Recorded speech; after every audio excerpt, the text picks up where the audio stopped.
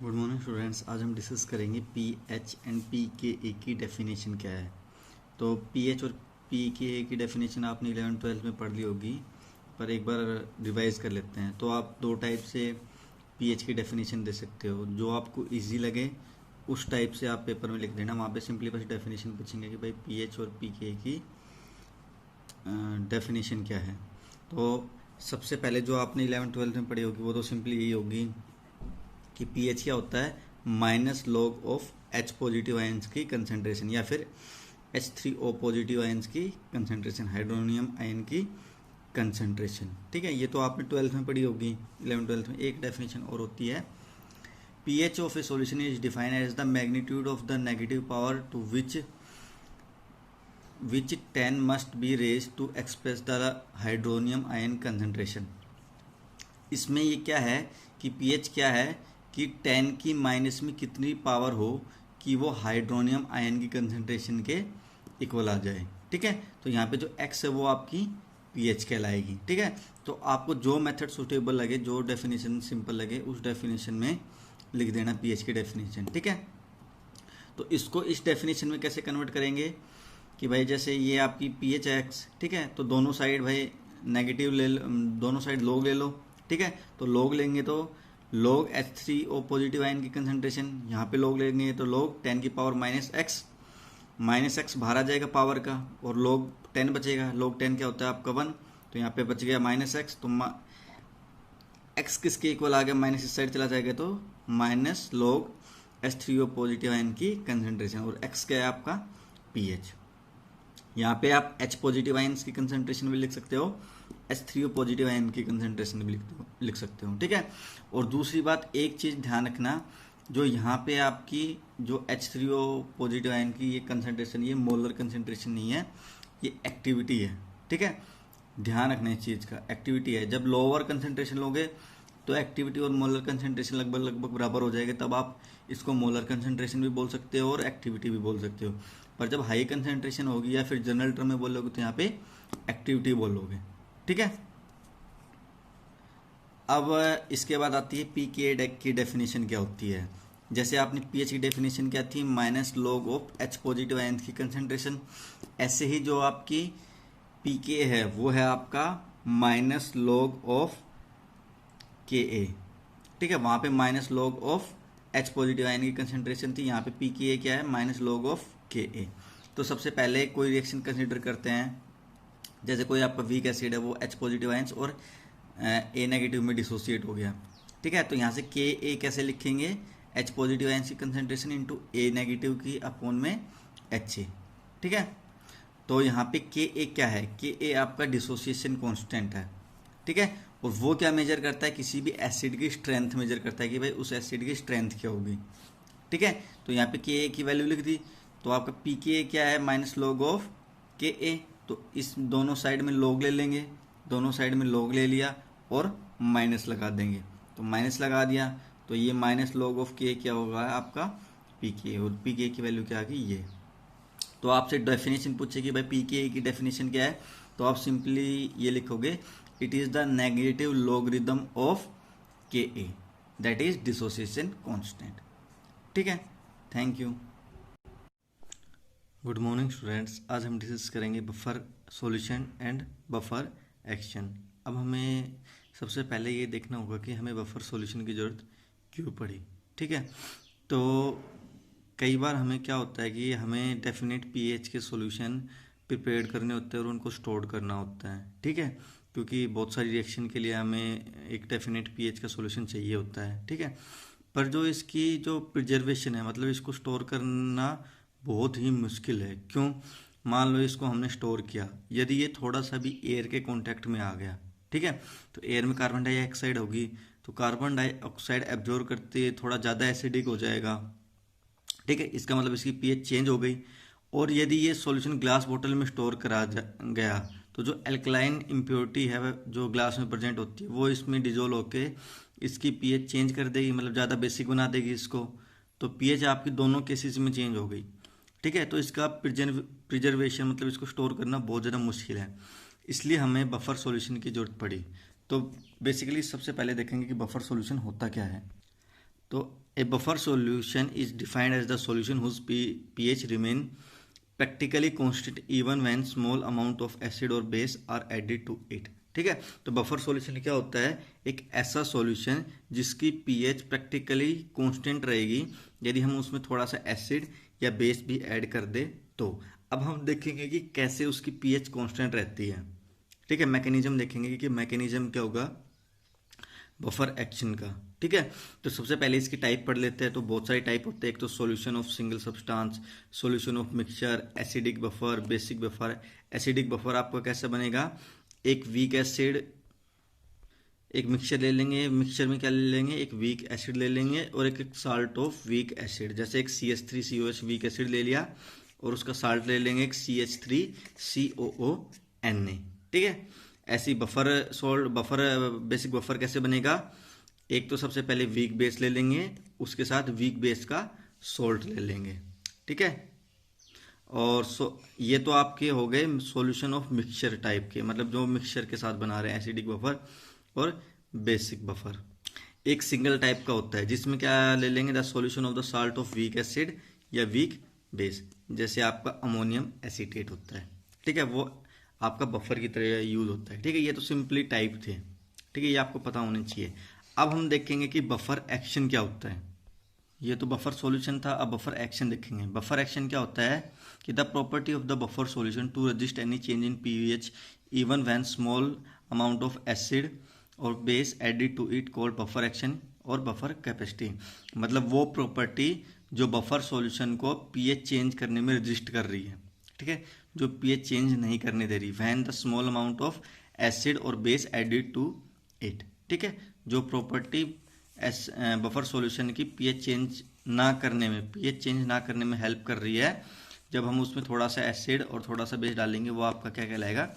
Buffer action. ठीक है, अब हम देखेंगे कि बफर एक्शन का मैकेनिज्म क्या है। ठीक है, तो मान लो सबसे हम एक जो सिंगल आयन वाला था ना वो बफर लेंगे, फिर हम एसिडिक बफर ले लेंगे, फिर हम बेसिक बफर ले लेंगे और तीनों का मैकेनिज्म देखेंगे। ठीक है, तो सबसे पहले हमने आपका सिंगल आयन वाला बफर ले लिया। ठीक है, तो ये जो आपका CH3COONA है, ये आपका जो इलेक्ट्रोलाइट है, जो बफर सॉल्यूशन है, ये कंप्लीटली डिसोसिएट हो जाएगा किसमें?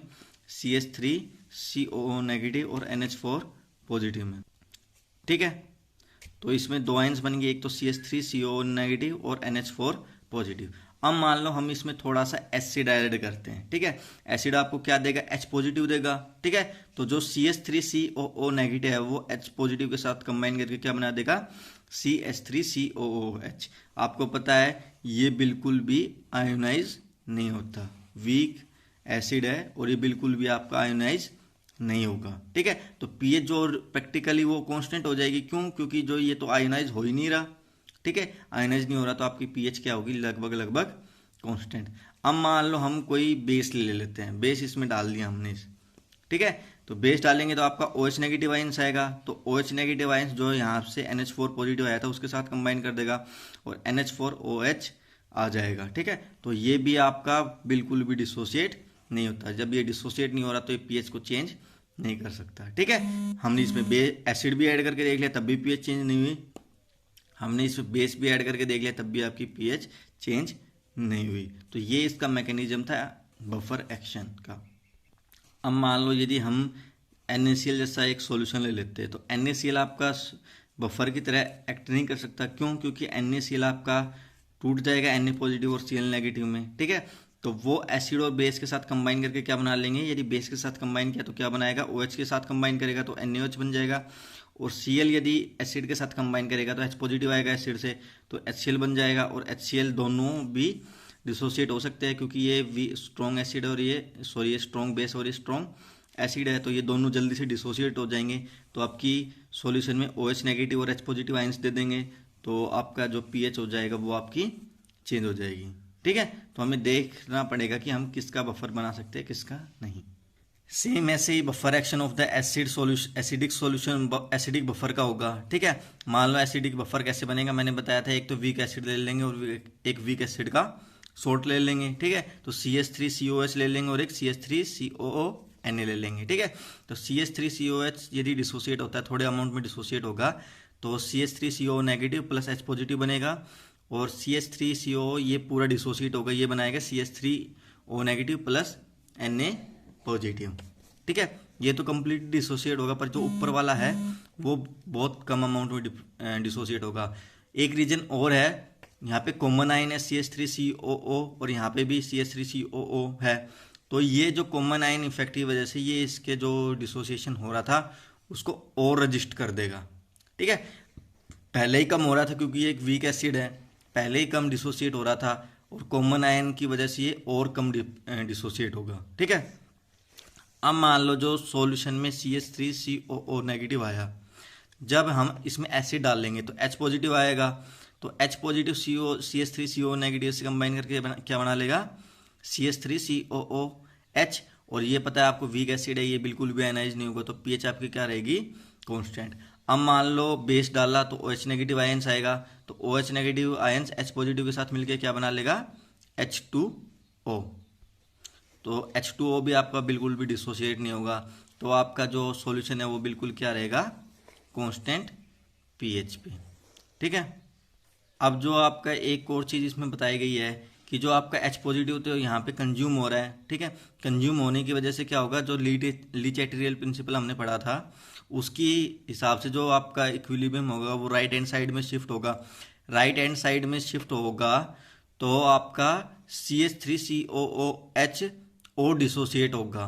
ठीक है, इक्विलिब्रियम को बैलेंस करने के लिए, तो आपका H पॉजिटिव आयंस ज़्यादा बनेंगे उस लॉस को कंपनसेट करने के लिए, तो आपकी जो H पॉजिटिव आयंस की कंसंट्रेशन होगी वो सॉल्यूशन में चेंज नहीं होगी। ठीक है, अब जो लास्ट है वो है buffer action of the basic buffer. Basic buffer का सिंपली जैसे हमने एसिडिक बफर किया था वैसे हम बेसिक बफर करेंगे, एक तो वीक एसिड ले लेंगे और एक वीक एसिड का सॉल्ट ले लेंगे। ठीक है, तो NH4OH किस में टूटेगा NH4 positive plus OH negative, और NH4Cl किस में टूटेगा NH4 positive plus Cl negative, और इसका डिसोसिएशन और कंपनसेट हो जाएगा क्योंकि due to common ion effect, और सप्रेस हो जाएगा इसका डिसोसिएशन। ठीक है, अब यदि सॉल्यूशन में मान लो आपका बेस आया तो NH4 पॉजिटिव OH के साथ मिलकर क्या बना देगा NH4OH, जो वीक बेस है तो ये और कम डिसोसिएट होगा, तो पीएच आपकी कांस्टेंट रहेगी। अब यदि हमने एसिड डाला तो H पॉजिटिव OH आयन के साथ मिलकर H2O बना देगा, वो भी कम डिसोसिएट होगा।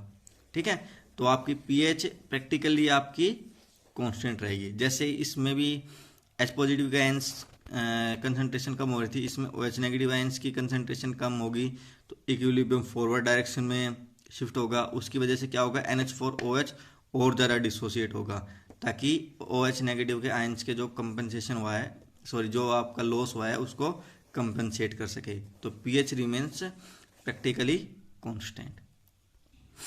अब इसके देखते हैं फ़ायदे क्या क्या हैं। फ़ायदे सबसे पहले तो अपने शरीर में ही फ़ायदा है कि जो अपने जो बॉडी की पीएच है वो 7.4 पे मेंटेन होती है बफर सॉल्यूशन की वजह से। यदि 7 पॉइंट, जैसे अपने शरीर में बहुत सारे एसिड बनते हैं जब हम खाना खाते हैं, बेस भी बनते हैं, तो उसकी वजह से तो पीएच चेंज हो जानी चाहिए थी। ठीक है, तो पीएच चेंज नहीं होती क्योंकि बफर सॉल्यूशन की वजह से। तो हम यदि बफर सॉल्यूशन आपके बॉडी में नहीं होता तो हम वैरायटी ऑफ फूड्स नहीं खा सकते जिनसे ज़्यादा एसिड या ज़्यादा बेस बनता हो। ठीक है, क्योंकि उसकी वजह से पीएच आपकी चेंज हो जाती। ठीक है, दूसरा इंडस्ट्रियल प्रोसेस में बहुत सारे काम आते हैं, जैसे इलेक्ट्रो प्लांटिंग में, एनालिटिकल केमिस्ट्री में, कैलिब्रेशन ऑफ पीएच मीटर, जो पीएच मीटर आएंगे ना अभी एक्सपेरिमेंट आएंगे आपके पीएच के, तब उसके कैलिब्रेट करने में बहुत सारे काम आते हैं। ठीक है, तो इसके बहुत सारे यूजेज है, यूजेज आप देख लेना एक बार। अब हम डिस्कस करेंगे हेंडरसन हेसलबैलेच इक्वेशन। तो ये इक्वेशन किसके लिए थी, बेसिकली पीएच को कैलकुलेट करने के लिए थी ऑफ ए बफर मिक्सचर। बहुत सिंपल सी इक्वेशन है और ये इस चैप्टर में मतलब थोड़ी इंपॉर्टेंट है, ये आने के चांसेस थोड़े ज़्यादा ही हैं इसके। ठीक है, तो इसको ध्यान से देखना, पर बहुत सिंपल है। ठीक है, तो जैसे हमने एसिडिक बफर का मैकेनिज्म अभी देखा था ना, ठीक है, वैसे ही सेम इसमें करेंगे। वो सबसे पहले तो वो इक्वेशन लिखेंगे। सबसे पहले इक्वेशन क्या आएगी, HA changes into H positive A negative, BA changes into B positive A negative.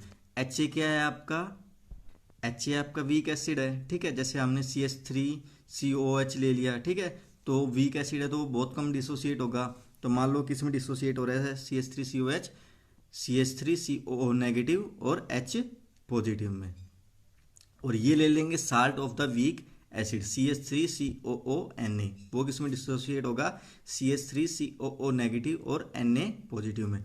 ये जो फर्स्ट वाला है ये तो बहुत कम डिसोसिएट होगा क्योंकि ये वीक एसिड है, और ये जो सॉल्ट है ये स्ट्रॉन्ग इलेक्ट्रोलाइट है, ठीक है, तो ये कंप्लीटली डिसोसिएट हो जाएगा, ठीक है, जैसे हमने जस्ट लास्ट लेक्चर में किया था ये वाला एसिडिक वाला, buffer action of the acidic buffer, ठीक है। तो सेम ऐसे ही करेंगे, ठीक है। अब इसके लिए वही applying law of chemical equilibrium to the dissociation equilibrium of the weak acid, ठीक है। तो वहां से हम के की वैल्यू निकालेंगे। के क्या आएगा आपका, ionic product of the products and upon में आयनिक कंसंट्रेशन ऑफ द रिएक्टेंट, ये आयनिक कंसंट्रेशन ऑफ द प्रोडक्ट, ठीक है, अपॉन में आयनिक कंसंट्रेशन ऑफ द रिएक्टेंट, ठीक है। तो H पॉजिटिव, ये वाला H positive into A negative, इनका प्रोडक्ट, ठीक है, और अपॉन में HA, ठीक है। यहाँ से तो KA आ गया। अब यहाँ से H पॉजिटिव कंसंट्रेशन क्या आएगी, इसको रीअरेंज कर दो, HA को इस साइड भेज दो और A नेगेटिव को इस साइड भेज दो। तो यहाँ पे क्या आ गया आपका, H पॉजिटिव की वैल्यू क्या आ गई, KA इंटू HA अपॉन में A नेगेटिव। ध्यान से सबसे पहले इसमें देख लो क्या हुआ। सबसे पहले हमने एक लिया वीक एसिड CH3COH का एग्जांपल ले सकते हो, और एक वीक एसिड का साल्ट, ठीक है। उसके बाद हमने निकाला KA की वैल्यू। KA की वैल्यू क्या होगी, ये H positive into A negative upon में HA, इनका प्रोडक्ट की कंसंट्रेशन का प्रोडक्ट अपॉन में इसकी कंसंट्रेशन, ठीक है। ये आ गया। यहाँ से H पॉजिटिव की वैल्यू निकाली। अब हम इसमें क्या करेंगे, सिंपली सबसे पहले हम मान लेंगे कि जो आपका एसिड था, ठीक है, स्टार्टिंग में जो एसिड था उसकी कंसंट्रेशन C1 मान ली, और जो आपका सॉल्ट लिया था, ठीक है, इन बफर सॉल्यूशन, उसी कंसंट्रेशन C2 मान ली। मान लो HA की कंसंट्रेशन आपने मान ली C1, और जो BA की कंसंट्रेशन स्टार्टिंग में मान लिया आपने C2, ठीक है। तो अब यहाँ पे हम एक अजम्पशन लेंगे। अजम्पशन क्या, जो यहाँ पे हो रहा है वो देखेंगे क्या हो रहा है। तो जो सबसे पहले जो A नेगेटिव आएगा, अब आपको पता है ये तो वीक एसिड है भाई, ये तो डिसोसिएट होगा नहीं, ठीक है। तो A नेगेटिव कहाँ से आएगा, A नेगेटिव मेनली इस इक्वेशन से आएगा, क्योंकि यही कंप्लीट डिसोसिएट हो रहा है भाई, ये तो डिसोसिएट बहुत कम हो रहा है, बहुत ही कम। तो इसकी कंसंट्रेशन हम नेग्लिजिबल मान सकते हैं, कि हम मान लेंगे जो A नेगेटिव आ रहा है वो केवल सेकेंड इक्वेशन से आ रहा है। अब सेकेंड इक्वेशन में ये जो BA है वो आपका कंप्लीटली डिसोसिएट हो रहा है इसमें, तो जो BA की आपकी कंसंट्रेशन आएगी वही आपकी A नेगेटिव की कंसंट्रेशन आएगी। मान लो 100 BA थे, तो वो 100 B पॉजिटिव और 100 A नेगेटिव में ही तो टूटेंगे ना, तो जो इसकी कंसंट्रेशन थी वही इसकी कंसंट्रेशन आएगी, ठीक है। तो A नेगेटिव की कंसंट्रेशन क्या आ जाएगी, BA, और BA की कंसंट्रेशन हमने क्या मान ली है, C2, ठीक है। और उसके बाद जो आपका HA है, HA आपका भाई बहुत कम डिसोसिएट हो रहा है, ठीक है। तो इसकी स्टार्टिंग में कंसंट्रेशन हमने C1 मानी थी। अब जो इक्विलिब्रियम पे भी चला जाएगा, मान लो इक्विलिब्रियम आ गया, उसके बाद भी ये बहुत कम डिसोसिएट होगा, तो हम मान लेंगे कि जो इसकी स्टार्टिंग की कंसंट्रेशन थी वही इसकी इक्विलिब्रियम पे कंसंट्रेशन होगी। क्यों, क्योंकि ये डिसोसिएट तो हो ही नहीं रहा, ठीक है। तो जो हम मान लेंगे कि जो HA की कंसंट्रेशन है वो स्टार्टिंग वाली ही कंसंट्रेशन है, वो क्या थी, C1 मोल पर लीटर। अब हम HA की वैल्यू रख देंगे और A नेगेटिव की। HA की वैल्यू क्या आ गई आपकी, C1, और A नेगेटिव की वैल्यू क्या आ गई, C2, ठीक है। और इसको सिंपली क्या, या भी ये भी लिख सकते हैं कि एसिड अपॉन में सॉल्ट, ठीक है, क्योंकि ये एसिड की कंसंट्रेशन है और ये सॉल्ट की कंसंट्रेशन है। तो concentration of the acid upon में कंसंट्रेशन ऑफ द सॉल्ट। अब क्या करेंगे, दोनों साइड लॉग ले लो, लॉग लोगे तो क्या हो जाएगा, ये लॉग H पॉजिटिव, ये लॉग KA प्लस, जब दो टर्म मल्टीप्लाई में हो जाते हैं तो लॉग में आके वो प्लस में हो जाते हैं, तो वो लॉग एसिड अपॉन में सॉल्ट। हर जगह नेगेटिव नेगेटिव नेगेटिव लगा लेंगे। क्यों, क्योंकि माइनस, हमें तो पीएच निकालनी है, और पीएच क्या होती है आपको अभी जस्ट पहले बताया था, minus log of H positive, ठीक है। तो माइनस लगा देंगे, तो minus log of H positive क्या बन जाएगी आपकी पीएच, और माइनस लॉग ऑफ K क्या बन जाएगा, अभी बताया था आपको PKA, plus log of salt upon में एसिड, ठीक है। हमने लॉग और माइनस क्यों किया, क्योंकि यहाँ पे H पॉजिटिव है, इसको पीएच बनाना है, तो पीएच कैसे बनाएंगे, पीएच क्या होती है, minus log of H positive. तो सबसे पहले इसका लॉग ले लेंगे दोनों साइड, फिर उसको माइनस कर देंगे तो माइनस लॉग एच पॉजिटिव आ जाएगा, वो आपकी क्या होगी, पीएच। तो इस इक्वेशन से हम, यदि हमें सॉल्ट की कंसंट्रेशन पता है, हमें एसिड की कंसंट्रेशन पता है, ठीक है, तो हम वहाँ से पीएच ऑफ द सॉल्यूशन निकाल लेंगे। ये तो था केवल एसिड के लिए, और जस्ट बेस के लिए निकालना हो तो कुछ चेंज नहीं होगा, सिंपली क्या चेंज हो जाएगा, यहाँ पे पी एच है, यहाँ पे पी ओ एच आ जाएगा, क्योंकि यहाँ पे ओ एच रिलीज होगा, ठीक है, और यहाँ पे जस्ट एसिड की जगह क्या आ जाएगा, सॉल्ट। ये था आपका हेंडरसन हेसल बेलेच इक्वेशन, ठीक है। Thank you.